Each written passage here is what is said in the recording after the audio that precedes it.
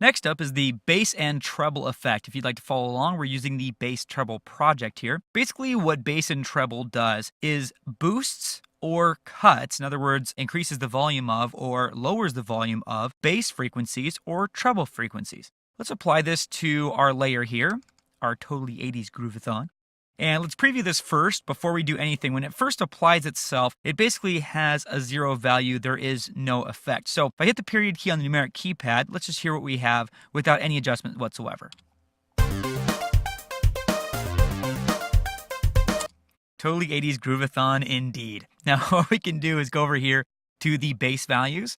And if I were to increase this, then it would make the bass, in other words, the thick, low, powerful parts of the audio, like the drums or the bass, it would make that louder. So let's hit the period on the numeric keypad and preview that again.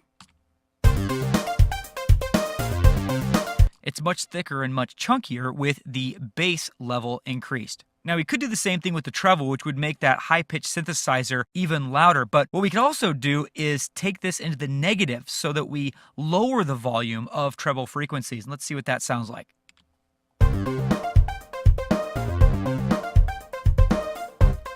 So as you can hear, the treble values, that high-pitched synthesizer, has been made a little bit lower in volume. The bass and treble effect, although simple, is a really great effect for those new in audio. For those with a little bit more experience, you'll probably want to upgrade to the parametric EQ effect. But if the idea of kilohertz and frequencies and all that kind of stuff kind of scares you a little bit if you're new to audio, the bass and treble effect is a real quick way to come in and just do these big general adjustments to change the low frequencies or the high frequencies of an audio file or an audio layer.